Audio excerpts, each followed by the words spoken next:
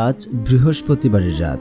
এই দোয়াটি মাত্র আপনারা 3 বার পড়ে আল্লাহ তাআলার কাছে আপনি যা চাইবেন সাথে সাথে তা পাবেন। এই দোয়াটি পড়ে আজ পর্যন্ত যতজন আমল করেছে কেউ ব্যর্থ হয়নি। যদি আপনারা নিয়ম এবং শর্ত ঠিক রেখে আজ বৃহস্পতিবার রাত্রে আমলটি করতে পারেন, আল্লাহর কসম করে বলতে পারি আপনার চাওয়া পাওয়া সম্পূর্ণ হবে। এটি রাসূল সাল্লাল্লাহু আলাইহি ওয়াসাল্লাম শিখিয়ে গেছেন যে আজকের এই আমলটি বা এই দোয়াটি কীভাবে পড়তে হবে এবং আপনার জীবনের অভাব অনটন কীভাবে দূর হবে। আপনি অবাক হয়ে যাবেন, আল্লাহ তাআলা আপনাকে এত টাকা পয়সা এত ধন সম্পদ দান করছেন যা আপনি রাখার জন্য জায়গা খুঁজে পাবেন না। তাই আপনাদেরকে বলছি, ভিডিও টেনে টেনে ভিডিও দেখলে কোনো পয়েন্টে মিস হলে কাজে আসবে না। তাই না টেনে সম্পূর্ণ ভিডিও দেখার অনুরোধ রইল। আর যারা চ্যানেলটি সাবস্ক্রাইব করবেন তাদেরও মনের আশা পূর্ণ হবে ইনশাআল্লাহ। কারণ যাদের মন ভালো তারা অন্যদের সহযোগিতা করেন, আল্লাহ তাআলাও তাদের মনের আশাগুলো পূর্ণ করে থাকেন। আমরা দুনিয়াতে সবাই চাই আমাদের মনের আশা, মনের আকাঙ্ক্ষা, নেক ইচ্ছাগুলি আল্লাহ তাআলা পূরণ করে দেখ। আমাদের অনেকের ইচ্ছা ভালো একটা চাকরি করব এবং ভালো একটা দেশে যাব এবং আমরা ভালো সুন্দর একটি মেয়ে বা ছেলে বিয়ে করব, কিন্তু কজনের বা মনের আশাগুলো পূর্ণ হয়? কিন্তু আপনারা কি জানেন আজ এমন একটি রাত যে রাত্রে এই দোয়াটি মাত্র আপনারা 3 বার পড়ে আল্লাহ তাআলার কাছে যা দোয়া করবেন তাই কবুল হবে এবং আপনার মনের সমস্ত আশা আল্লাহ তাআলা পূর্ণ করবে। আপনারা অবাক হয়ে যাবেন আমলটি করে। আপনারা রাত্রে আমলটি করবেন, সকাল থেকে চারদিক থেকে সুসংবাদ শুনতে শুরু করবেন। আপনি যে আশায় যে উদ্দেশ্যে আমলটি করেন না কেন, আল্লাহ তাআলা তা আপনার সে আশা আকাঙ্ক্ষা পূর্ণ করে দেবেন। আজ পর্যন্ত ভাই বোন এই পর্যন্ত কেউ আমল করে ব্যর্থ হয়নি। যারাই করেছে সকলেই ফলাফল পেয়েছে। কিন্তু যারা আমল করে ফলাফল পায় না, হয়তো তাদের আমলে ঘাটতি রয়েছে বা তারা আমলটি ঠিকভাবে করতে পারছে না। তো আপনারা যদি নিয়ম এবং শর্ত মেনে যদি আজকে রাত্রে আমলটি করতে পারেন, আপনি অবাক হয়ে যাবেন আমলটি করে যে আল্লাহ তাআলা আপনাকে এতটাই দান করছেন যা আপনি রাখার জন্য করে জায়গা খুঁজে পাবেন না। আল্লাহ তাআলার কাছে কোনো কিছুর অভাব নেই, কিন্তু আমাদের সৃষ্টার মতো চাইতে হবে। আর আল্লাহ রাসূল সাল্লাল্লাহু আলাইহি ওয়াসাল্লাম শিখিয়েছেন আমাদেরকে কিভাবে চাইতে হবে, কখন চাইতে হবে, কোন পদ্ধতিতে চাইলে আল্লাহ তাআলা আমাদেরকে তা দান করবেন। কিন্তু আমরা আজ তাড়াহুড়া করে ফেলি। আমরা আজ আল্লাহ তাআলার কাছে চাই না, বিভিন্ন কবিরাজ বিভিন্ন বাবার কাছে যেয়ে আমরা আমাদের মনের আশাগুলো পূর্ণ করার চেষ্টা করি। কিন্তু আমরা ভুলে যাই আমাদের মনের আশা পূর্ণ করতে পারেন কেবল আল্লাহ সুবহানাহু তাআলা। যে আল্লাহ সুবহানাহু তাআলার কাছে কোনো কিছুর অভাব নেই। তিনি চাইলে সব কিছুই করতে পারেন। সব কিছু কি করতে পারেন না? আল্লাহ তাআলা চাইলে যা ইচ্ছা তাই করতে পারে। আল্লাহ তাআলা মাখলুক ছাড়া সব কিছু করেছেন এবং করতে পারেন, এবং আমরা মাখলুক আল্লাহ তাআলার হুকুম ছাড়া কোনো কিছু করতে পারবো না। তাই আমাদেরকে আল্লাহ তাআলার কাছেই চাইতে হবে। যদি আমরা আল্লাহ তাআলার কাছে সঠিকভাবে চাই, আল্লাহ তাআলা আমাদেরকে দেবেন। এটাই আল্লাহ তাআলার ওয়াদা। দুনিয়াতে আমলি জীবন যাপনই আল্লাহর কাছে সবচেয়ে বেশি প্রিয়। আল্লাহ মানুষকে ইবাদতের জন্যই সৃষ্টি করেছেন, আর আমল ও দোয়ার মাধ্যমে আল্লাহর নৈকট্য অর্জন করা সম্ভব। আল্লাহ সে বান্দাদের সবচেয়ে বেশি ভালোবাসেন যারা তার কাছে চায়, আর যারা চায় না তাদের উপর অসন্তুষ্ট হন। এই কল্যাণ যে কোনো কিছু আল্লাহর কাছে চেয়ে নেওয়া যায়। এক্ষেত্রে অবশ্যই ধৈর্য ধরতে হয় এবং বান্দার প্রতি বা আল্লাহ বান্দার উপযুক্ত সময় উপযুক্ত জিনিস দান করে থাকেন। মানে আল্লাহ তাআলার কাছে যারা চায় আল্লাহ তাআলা তাদেরকে দেন, এবং যারা চান না আল্লাহ তাআলা তাদের উপরে রাগান্বিত হন। আল্লাহ তাআলা বলেন, নিশ্চয়ই মানুষকে সৃষ্টি করা হয়েছে স্থির করে, যখন তাকে বিপদ স্পর্শ করে তখন সে হয়ে ওঠে অতিমাত্রায় উৎকৃষ্ট। সূরা মাআরিজ আয়াত নম্বর 19 থেকে 20। তাই আল্লাহর রহম থেকে নিরাশ হওয়া যাবে না। সর্বাবস্থায় আল্লাহকে স্মরণ করতে হবে।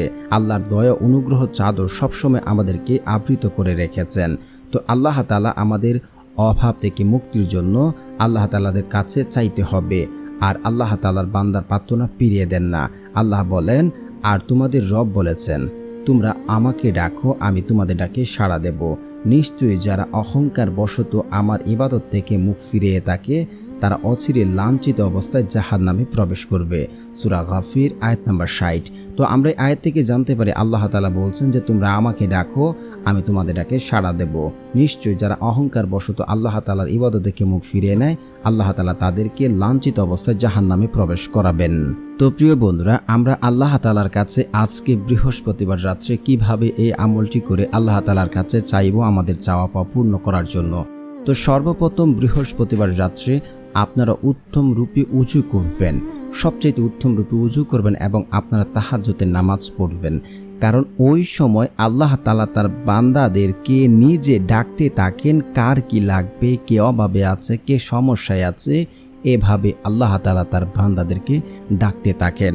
আর ওই সময় যদি আপনি তাহাজ্জুদের নামাজ পড়েন, আল্লাহ তাআলার সাথে আপনার সরাসরি সম্পর্ক স্থাপন হবে এবং আপনি ওই সময় আল্লাহ তাআলার কাছে যা চাইবেন আল্লাহ তাআলা আপনাকে তাই দান করবেন।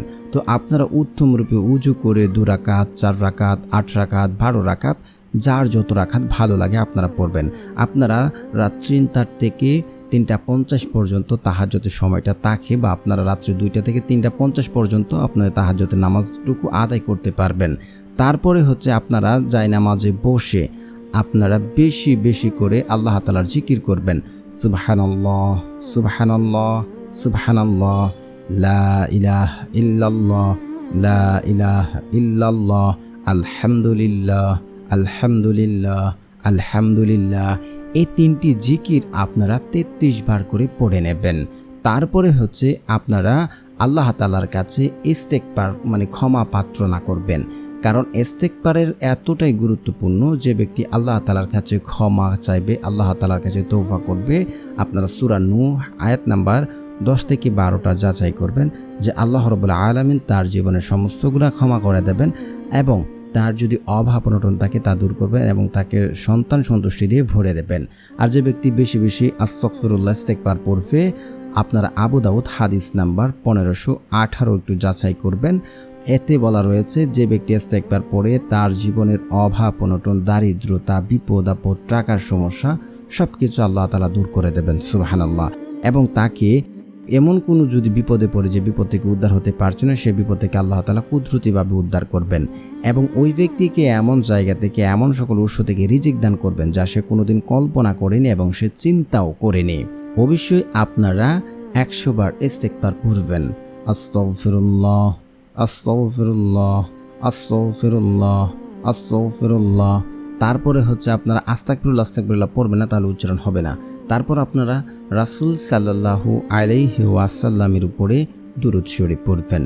কারণ আপনি যদি দুরূদ না পড়েন তাহলে আপনার দোয়া কখনোই কবুল হবে না, সেটা আসমানে গিয়ে ঝুলন্ত অবস্থায় থাকবে, আপনি ফলাফল পাবেন না।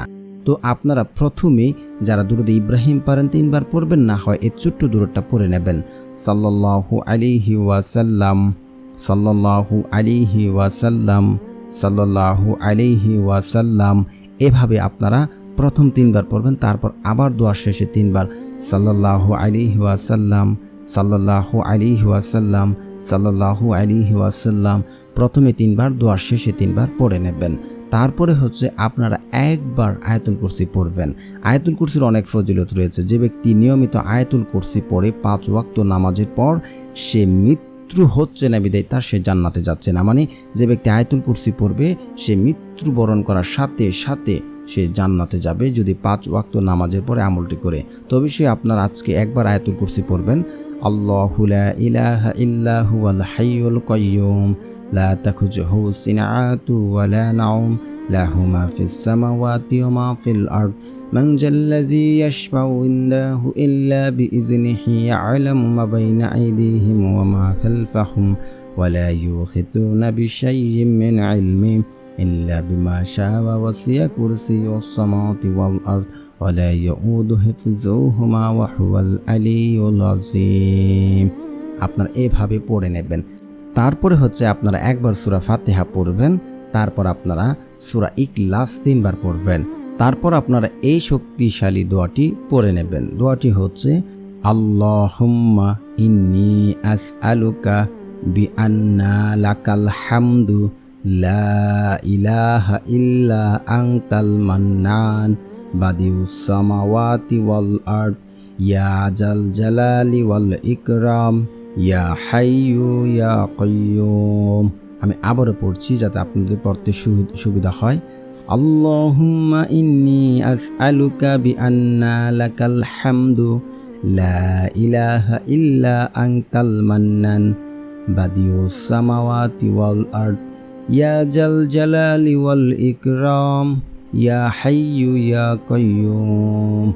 এর অর্থ হচ্ছে, হে আল্লাহ, আমি তোমার কাছে প্রার্থনা করি, তুমি তো সব প্রশংসার মালিক, তুমি ছাড়া কোনো উপাস্য নেই, তুমি দয়াশীল, তুমি আকাশসমূহ পৃথিবীর একমাত্র সৃষ্টিকর্তা, হে মহান সম্রাট, সর্বোচ্চ মর্যাদাকারীর অধিকারী, হে সর্বোচ্চ ক্ষমতার অধিকারী। তখন নবী সাল্লাল্লাহু আলাইহি ওয়াসাল্লাম এক সাহাবী যখন এই দোয়াটি পড়ছিলেন তখন বলেন, এটা হচ্ছে ইসমে আজম, আর ইসমে আজম পড়ে আল্লাহ তাআলাকে কেউ ডাকলে আল্লাহ তাআলা সেই ডাকে সাড়া দেন এবং যে নামে তার কাছে চাইলে তিনি সব চাওয়া পূর্ণ করে দেন। আবু দাউদের হাদিসে রয়েছে। তো প্রিয় বন্ধুরা, তারপর আপনারা দু হাত তুলে আল্লাহ তাআলার কাছে দোয়া করবেন। আল্লাহ তাআলা আপনার দোয়া কবুল করবে 100% নিশ্চিত থাকতে পারেন। কারণ দোয়া কবুলের 3টি পদ্ধতি রয়েছে, যে হচ্ছে যে সে যা দোয়া করে হুবহু আল্লাহ তাআলা তা কবুল করে দুনিয়াতে দেওয়া হয়, নয়তোবা তার দোয়ার দ্বারা প্রতিদান পরকালের জন্য সংগ্রহণ করা হয়, নয়তোবা তার দোয়ার মাধ্যমে অনুরূপ কোনো বিপদ অমঙ্গল আল্লাহ তাআলা দুনিয়াতে দূর করে দেন। মুসনানে আহমদ। তো আপনারা তারপর দু হাত তুলে ক্ষীণ এবং বিশ্বাস রেখে কায়ে মনোবাক্যে কান্নাকাটি করে আল্লাহ তাআলার কাছে দোয়া করবেন। ইনশাআল্লাহ, আল্লাহ কসম করে বলছে, আপনার জীবনের সকল চাওয়া পাওয়া পূর্ণ হবে ইনশাআল্লাহ। তো প্রিয় বন্ধুরা, যারা আমলটি করবেন একটা লাইক এবং কমেন্টে সকলে লিখবেন আমিন সুম্মা আমিন। তো প্রিয় বন্ধুরা, যদি আমলটি ভালো লাগে তাকে অবশ্যই শেয়ার করবেন এবং চ্যানেলটি সাবস্ক্রাইব করে পাশে থাকবেন।